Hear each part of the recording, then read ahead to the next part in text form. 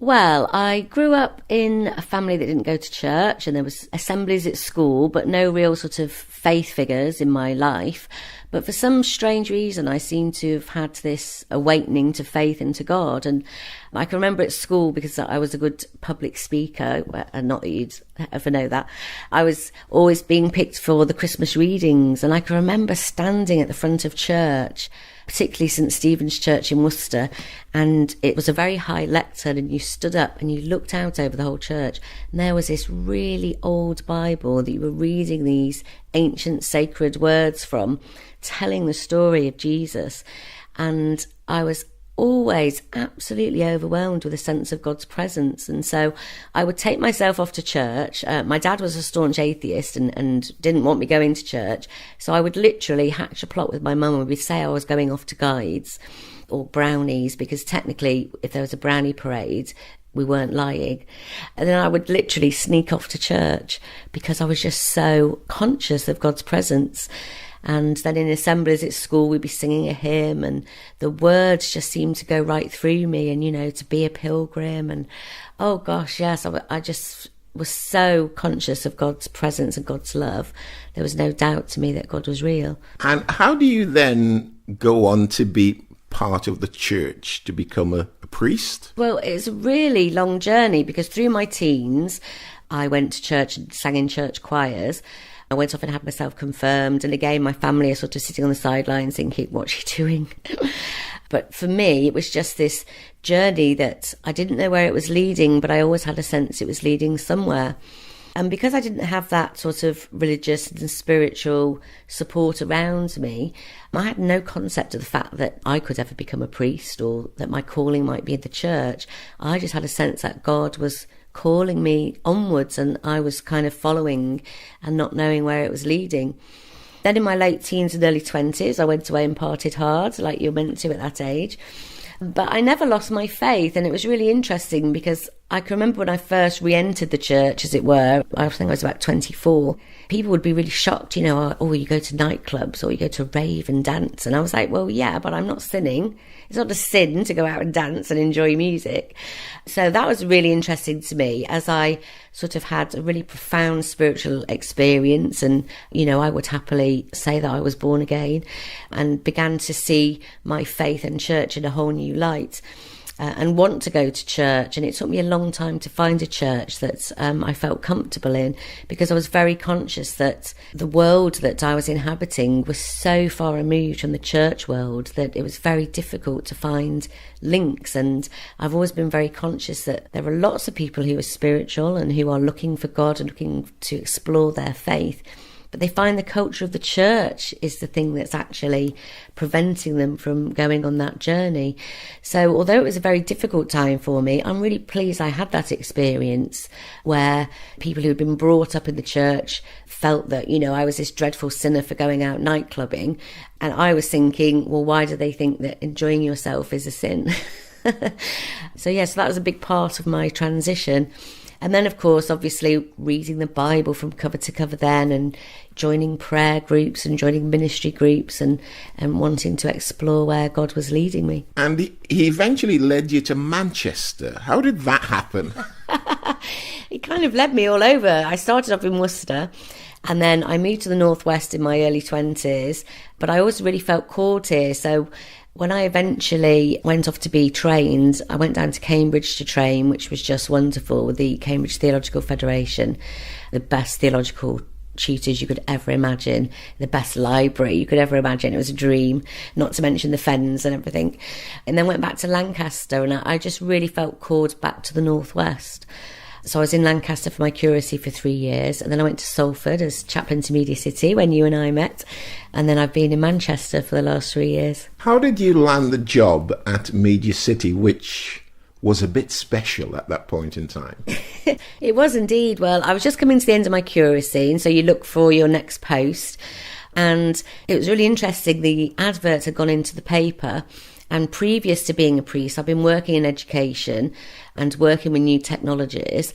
And then as a curate, I'd actually been part of our comms team in Blackburn Diocese and revamping their website and done a couple of radio interviews. And suddenly people around the country, old friends, were ringing me up going, have you seen this advert? It's got your name on it. And I was looking at it and saying, I'm a newbie priest. There are all these priests who are, BBC born and bred, and, they've got all the Radio 4 sort of qualifications. And, I was going, they're not even going to consider me. So I didn't put in an application. And then literally the day before the closing date, a priest came to visit me who was far more experienced than I. And he just said, in that way that only an Anglican priest said, he said, so have you applied for that job? And I said, what job are you talking about? He said, you know very well what job I'm talking about. So I thought, right, well, put an application in. No harm can come from it. And the rest, as they say, is history. Well, lots of harm came from it. What did the role of chaplain to Media City involve? Well, one of the things I loved about it was so diverse. So there was communications element to it. And obviously the BBC and other media outlets were really interested in interviewing me. And I got to write for newspapers and for things like devotional publications, which I'd never been asked to do before, which was lovely because I love to write. Then another part of it was the fact that Media City falls into the top 1% of the demographic, socio-economic demographic. So in other words, it's very wealthy, and it's sitting in this area of huge deprivation in the bottom 5%. A lot of it was about creating bridges between that great wealth and that great poverty, and seeing how those two communities would begin to interact and begin to bless one another, really. I can remember working with people from St Clement's and Odsal who were volunteering with me at the chaplaincy in order to develop their skills and their confidence, who initially I would have to meet off-site to walk with them on-site because they felt that it was so grand and it was so wonderful, it wasn't for the likes of them. And how wonderful it was, a year, 18 months down the line, to have them walking into the Holiday Inn and saying to the receptionist, we're here for the film nights, don't mind us, and, owning the place and feeling that it was something for them, and going to see BBs with their children and having wonderful times on the weekends. So that was a big part of it, which I really loved. And then, of course, there was the pastoral care of everybody on site. So there's sort of 75 other businesses. You've got the BBC, ITV, Salford University, all sorts of things. And I think we look at these big organisations and we forget, as Proverbs says, there is nothing new under the sun. We're all human beings, and people come to work carrying the weight of the world sometimes on their shoulder. And so some extraordinary pastoral encounters with people in, some of the darkest places that we find ourselves as human beings, and being there for them. And then after that, as you say, we met and you used to come in quite regularly on Sunday breakfast on BBC Radio Manchester. You then moved to Holy Innocence in Fallowfield. How did that happen? Well, my contract came to an end with the Media City, so that was the end of that role. So then you look for a new post, and you look for somewhere that sort of fits where you are and where you're at as a priest, and also look at what they're looking for and whether you feel you could do something with them. So one of the things that struck me about Holy Innocence was it's an open and inclusive church, which is very important to me because I feel that Jesus' love and gospel is all about welcoming everyone. So I really liked that about them. They have wonderful liturgy and wonderful music, something else that I really appreciate. And they also wanted to reach out to the students in the area. They recognise that they become disconnected from their community. And one of the things that many parish churches often find is that as people grow up and move away, they still love their church, so they drive in. But after about 20, 30 years, you find that everyone's driving in and nobody lives in the parish anymore. I think there were 3, 4 people who actually lived in the parish. And so one of the big tasks was about reconnecting the church to its parish, because it's a parish church after all. And of course, that's absolutely right up my street, because there's nothing I love more than making connections. I'm just a natural networker. I love making friends with people, getting to know an area and finding ways to draw people into that community of faith. Just an ordinary day in an ordinary town, a little overcast and grey with a chance of rain, just the same as any other day in any other town. It's cruelly strange how nothing has changed, just the usual routine. Nothing ceased, nothing altered or faltered, so it seemed to the world out there, unaware. Life goes on and on, just as it's always done. But over there is an empty chair. The clock should stop, the sun bow down, the moon fall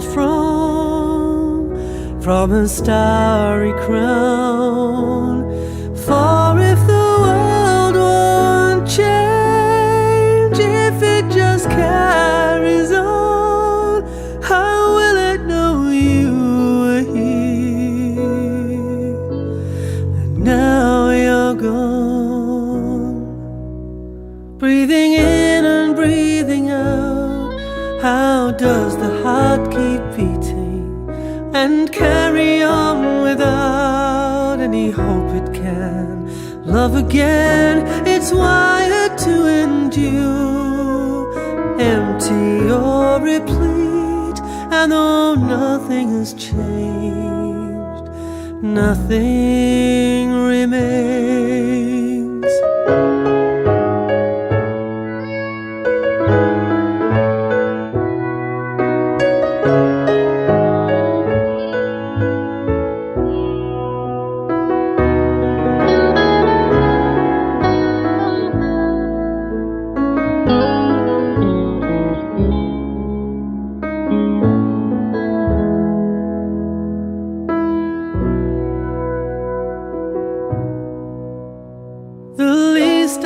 Expect that mirrors how I'm feeling, a mark of some respect that would show the cost of what was lost. At least a star should fall and never burn again,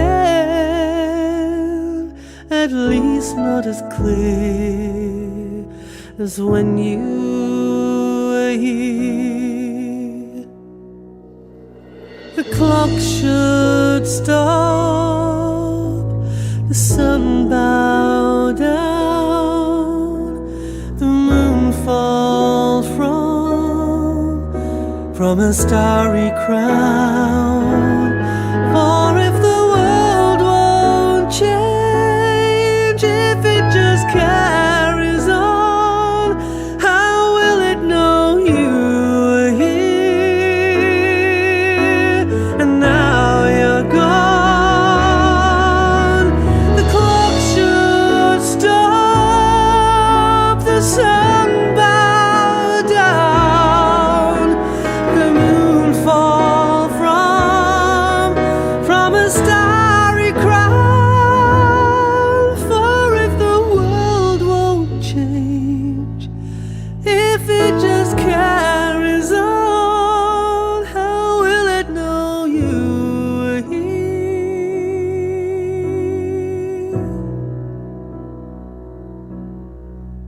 Now you're gone.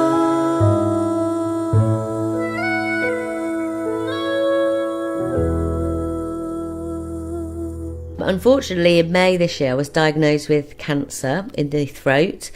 It all happened very quickly and very suddenly. I had been going to the doctor for some time, but it hadn't been picked up. So unfortunately, it was quite advanced by then. But the Christie, wonderfully, no messing about. Within a week, I was in the most significant treatment, radical treatment, they call it. If the Christie ever say radical to you, gird up your loins. Yeah, so I've had a very bumpy 6 months. But as you can hear, I'm healed. I mean, thank you, Lord. Thank you to the Christie.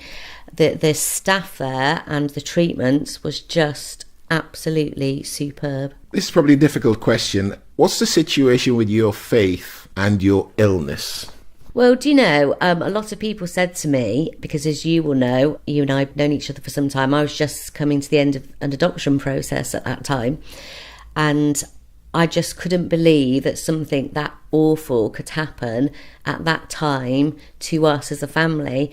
And in fact, my very first prayer to God, or my rant, I just said, how can you possibly take me away from these children? I'm their fourth mother. And I was just thinking that is just not fair for them. So that was my very first thought. I was exhausted after the adoption process as well. So I was thinking, I don't have the energy to fight this. But actually, I didn't need it, because I was just held in the palm of God's hand. And we say that so often as, I don't know, as a platitude almost. God will hold you in the palm of his hand. But I can tell you, I didn't have the strength or the energy to fight this. And people were saying, oh, you're such a strong person, you're so resilient. And I was thinking, I am exhausted, and now I have this terrible illness. You know, I have nowhere to go with it and nothing to throw at it. And the grace that surrounded me, and I was alone for much of it. I live here in my parish without any family anywhere near me. But I wasn't alone, because God was with me. And the grace and the way that I was given grace to be able to stay with my children and look after them, the way that I was given grace and strength to cope with symptoms, and the way that some of the side effects of the treatment were held back. And yes, the side effects are awful. Nobody wants to go through that. But they also could have been a lot worse. And I was very conscious that they weren't nearly as bad as they might have been. There is nothing I can put that down to apart from the prayer that I was surrounded in and held in, and the grace and the kindness of strangers. You know, God sent people into my life who I didn't know at all, who helped me, sometimes on a daily basis. A mother at the school that my children go to, who didn't really know me or the children, who took my children to school every day for a whole term so that I wouldn't have to get up in the morning because I was so sick.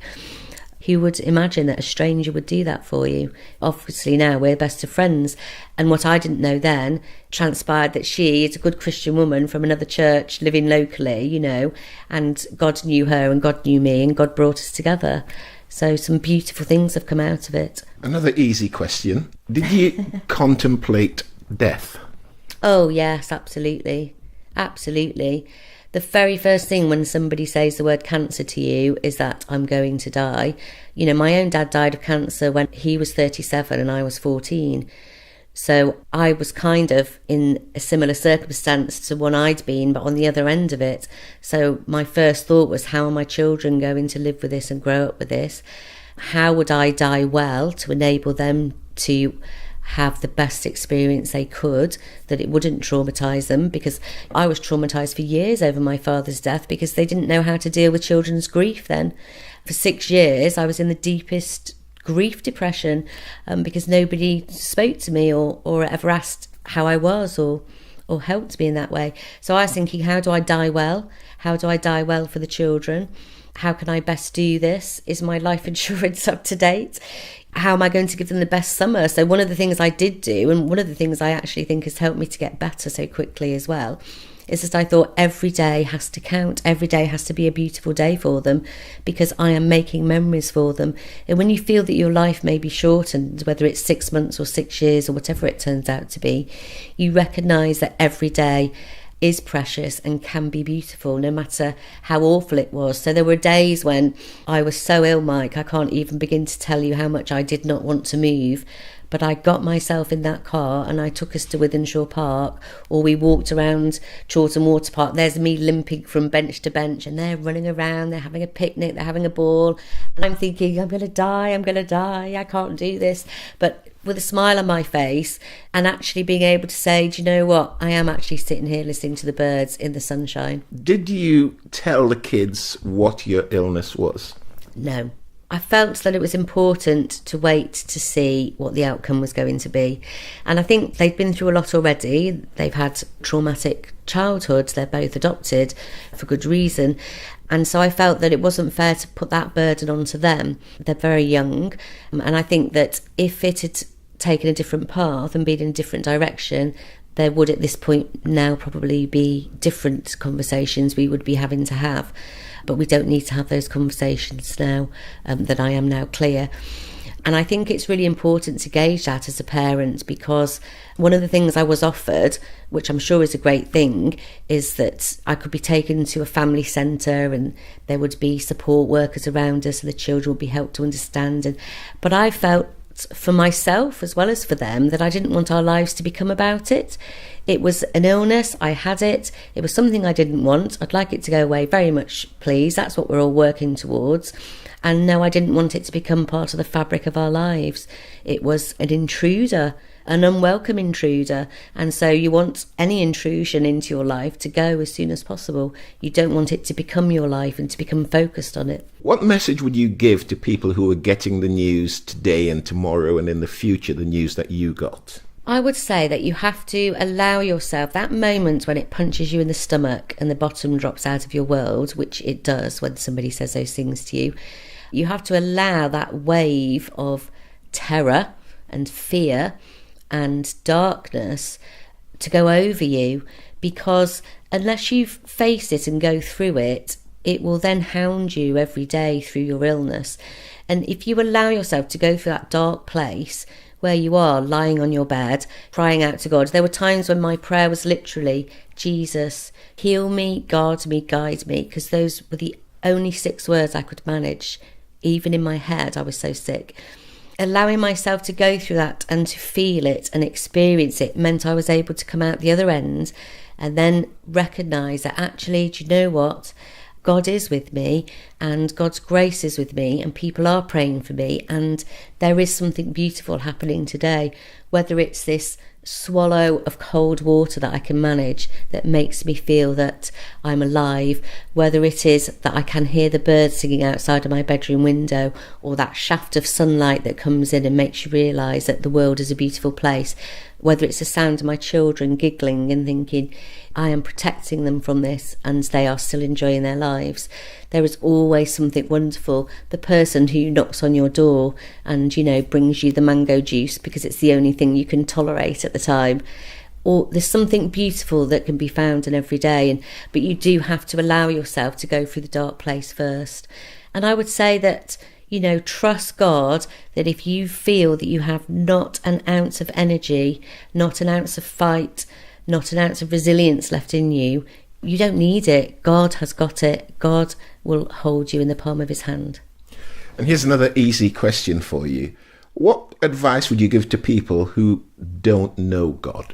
Well, I think when you are faced with death, even when you don't know God and you don't believe in God, it's not in your thought processes, I think deep down in your spirit you cry out to God.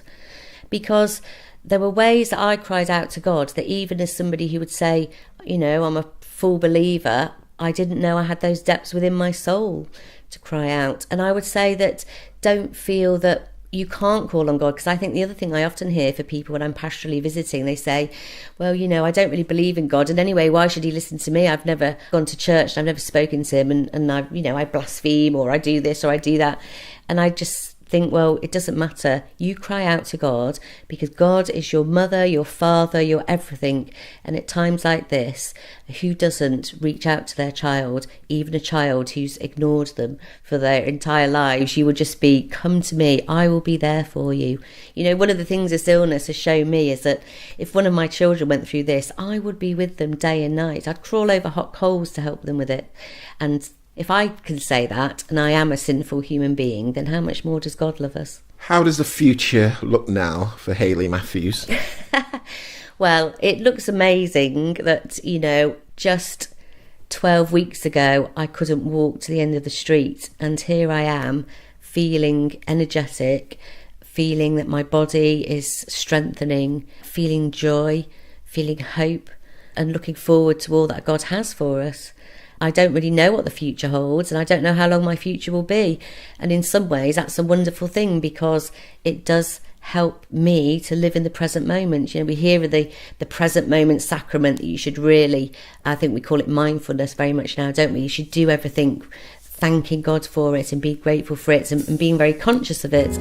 But I think you do that all the more when you recognise how precious those days and years and months are. This simple song's to say how much he really cares for you today. When trouble comes, he promised he'd be there. Even when you're burdened down and life life seems unfair.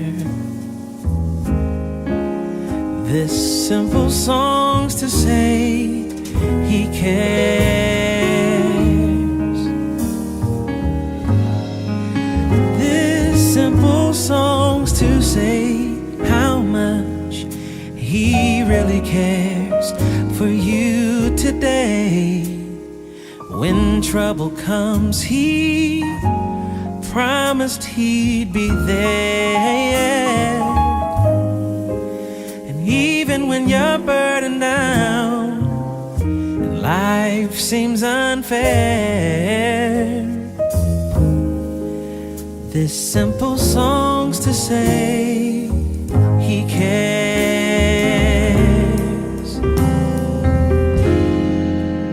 This simple song's to say he loves you. My friend Jesus really loves you. Oh, oh. This simple song's to say he cares for you. My friend Jesus is always there for you. Oh, oh, oh. These simple songs to say he cares.